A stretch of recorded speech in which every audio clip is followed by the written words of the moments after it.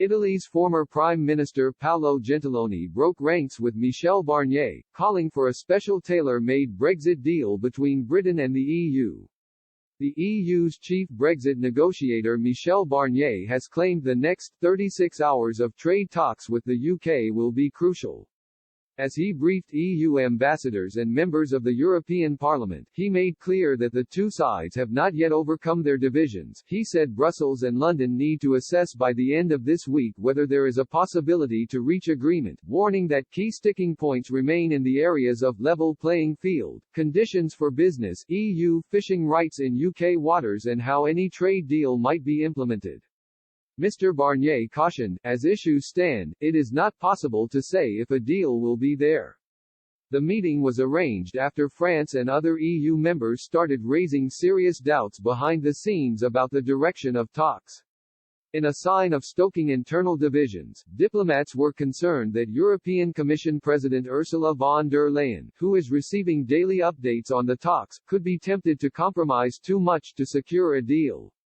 One EU diplomat said Mr. Barnier's briefing was mostly an exercise to calm nerves in Paris and elsewhere.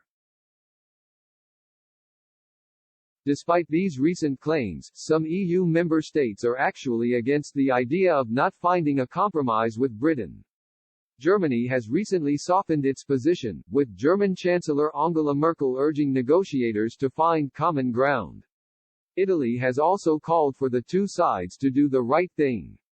After all, it was former Italian Prime Minister Paolo Gentiloni who famously broke ranks with EU hardliners in 2017, calling for a special, tailor-made Brexit trade deal. In an interview in Rome on the first anniversary of his arrival at Palazzo Chigi, he said, "We need a tailor-made model for the relationship between the UK and the EU, but the first move, in my opinion, has to come from the UK because the level of ambition needs to come from the side asking to leave." Mr. Gentiloni's emphasis on a bespoke model rather than an agreement following the precedent of previous trade deals contrasts with other EU officials.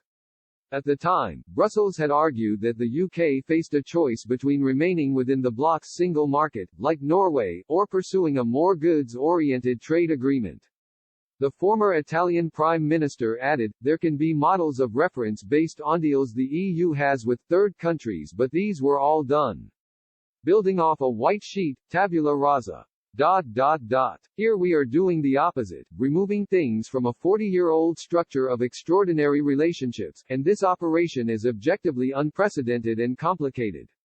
While all trade deals are adjusted to take account of the economies of participating countries, Mr. Barnier had said the UK could not combine the benefits of the single market with the freedom to strike its own trade deals.